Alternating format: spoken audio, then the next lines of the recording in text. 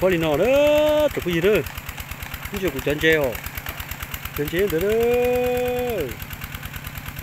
bây giờ gì lo tại đi treo giờ bé xong lối xong nó luôn nó hơn cho bà đây chè chè chuyện qua khổ tôi rồi chỉ nó là tiền chỉ lo thôi cái gì nữa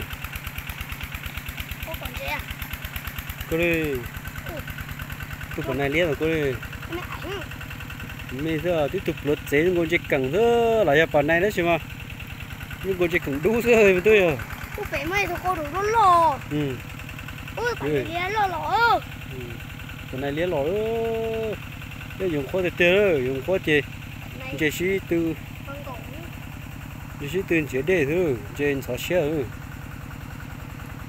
bây giờ chơi năng sao xe ó nó chỉ tầm nhỏ yo chơi chỉ có lo chơi chỉ có chỉ tầm nhỏ yo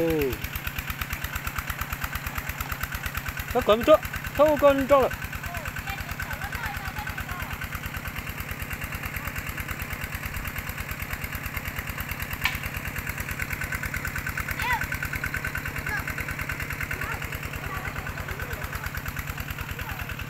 ở đây mẹ ai giờ chút chuyện tiền tiền đứa bỏ đi chết thế này đi nhát cho việc phải lo thôi thì còn nói thì cái gì mẹ ai nữa nó rất là chỉ để thích chỉ mua khủng non thì thích chỉ lo chỉ cho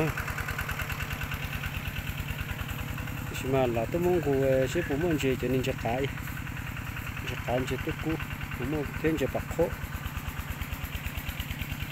thế chỉ bạc can chỉ tôi cũ phụ muốn của lấy từ cuốn non này sôi rổ mà xôm ba sôi rổ của mày lấy non này có tất cả sát trụ trên này sao mà chú gì đến trong rồi đi lâu nó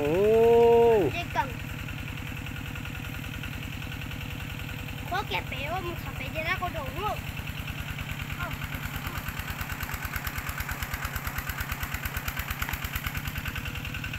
đúng gì rồi người ta tràn đỏ cái xuân người ta xuân phí xuân rồi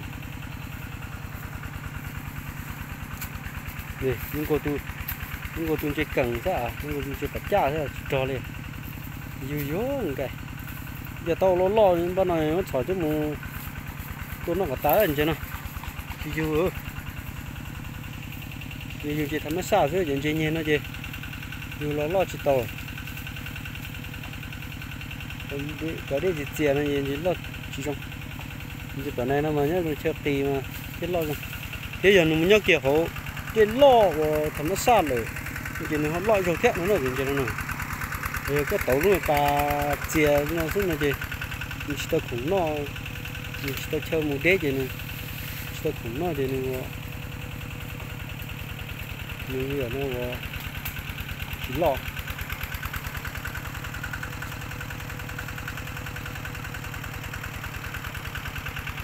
là nó từ liêu của na này tất cả lên nâng có tích cho tôi sẽ nếu đúng rồi tí chân chơi muốn nó nhiều luôn tới nó anti bên đi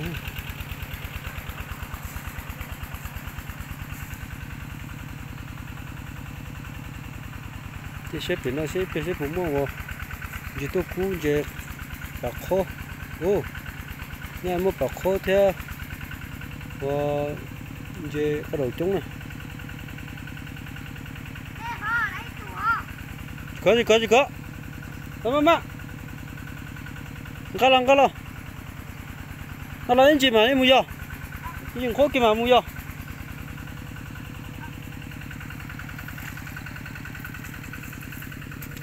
nó đi gì này nó đi gì mua rồi nữa nó là cái gì nữa cái trắng chắc này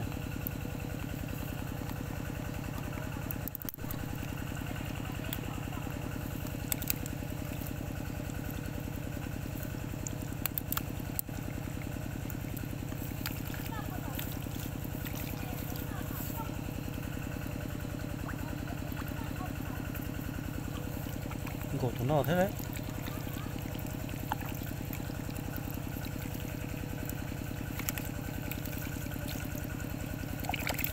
ui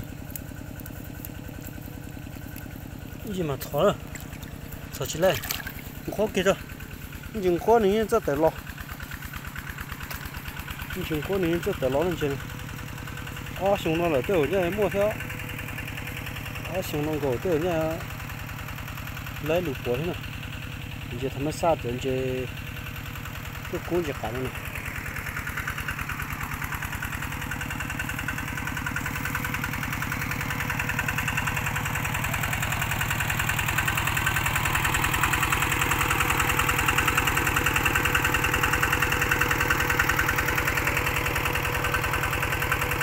거기서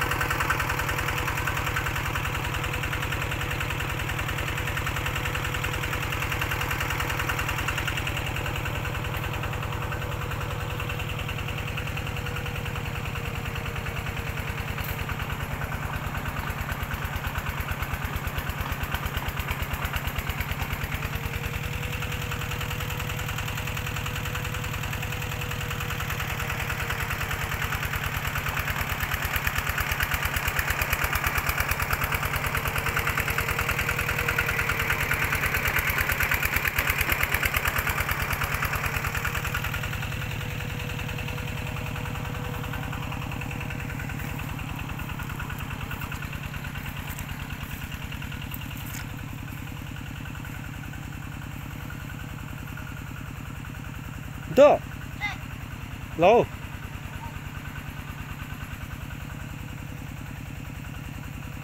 lót lên mà sao thằng mà sao có một chút có chuyện gì đừng cổ có chuyện đi tao tao ư thằng mà một chút có chuyện gì đừng cả có chuyện đi tao tao có chuyện đi tao mua đây nhá hậu gì đừng cả đi tao chơi có sponsor đấy chưa còn người nhóc khó không khó chơi đến khó chơi chân đi nhưng chỉ có một chuyện nữa đừng khó bổ không ạ chỉ có chỉ khâu sữa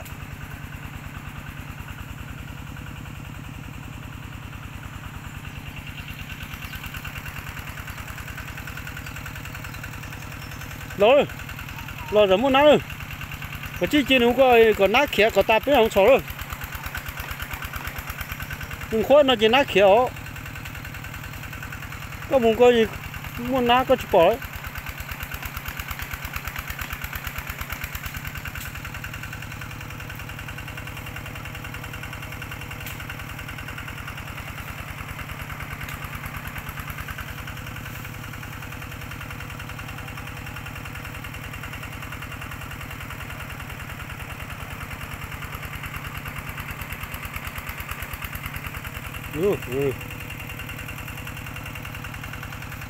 lòng nồi đi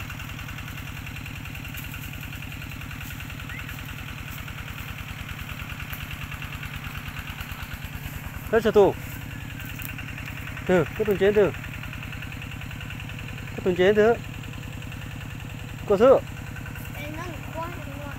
tại tự nhiên từ không được khỏi chỉ đấy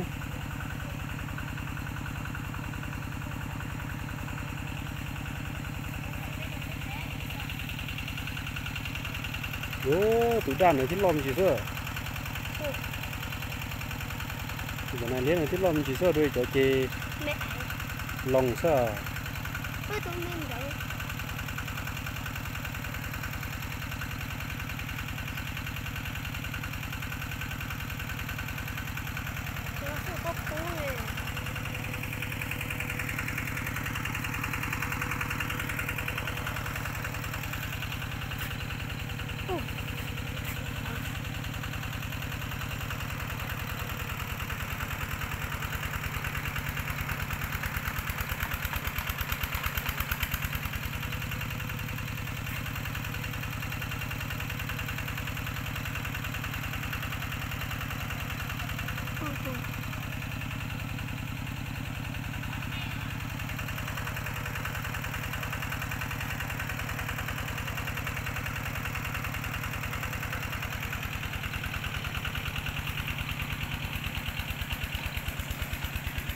bỏ một chỗ anh chị có đồ nào? Có đồ mất chỗ nữa. Như thế, đi plon nữa. Đi lòng cổ chả mà đi chỗ nào? Rồi giờ mới chỗ nào? Cái đấy thì mà không chọn rồi. Mua xưa nữa anh chị có đồ. lấy chụp cuốn nào nữa.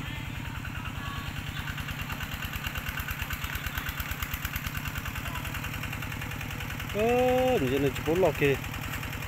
Dạ. Sao lo đi? Nó mình nhổ nó giờ như thế này. Đi từ một chỗ hả? Đi từ một chỗ hả? Nhưng mình nhổ thế là chụp này. Ôi hấp đâu? Ôi, ôi tụ luôn ôi. Ôi, cho một tấm nào hả? Ê, chụp vào tay cho nè. Đầu dưới đây nhìn chết chưa? Chưa. Đầu lúc đuối về hết. Đấy đúng gì?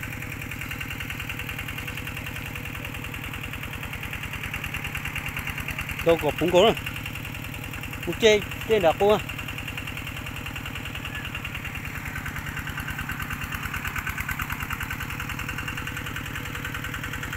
Cây thông trên chết chưa?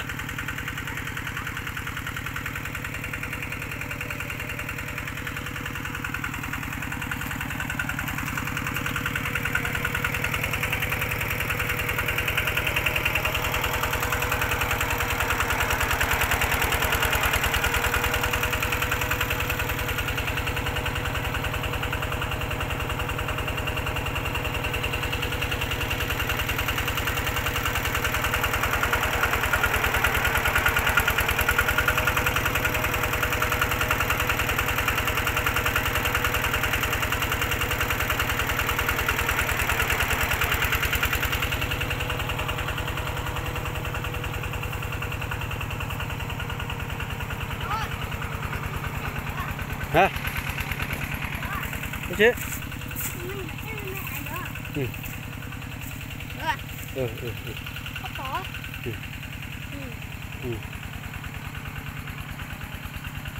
Nè nó. Xem khối này. Sợ.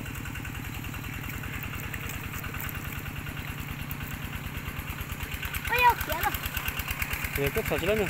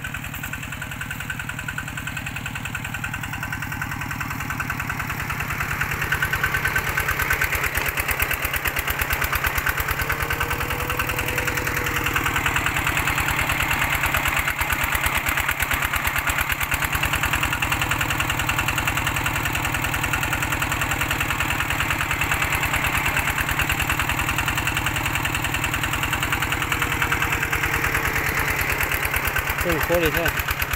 Hết cỡ. Hết cỡ không cho rồi.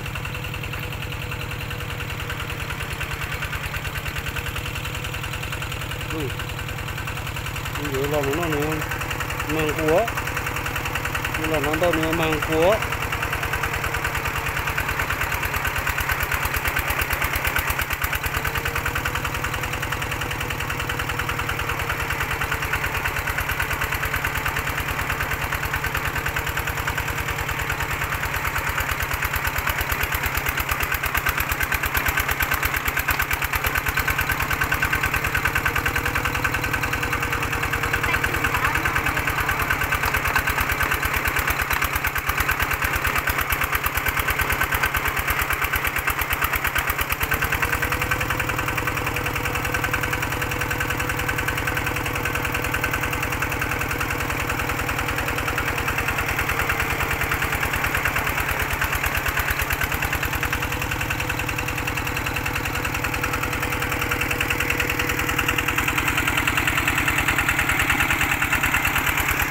Không có đó, mịt tiền nó, cái tiền nó có mà chọn nó xe được đó, không có đi chạy thì mà chọn nó xe được nó chụp cái này,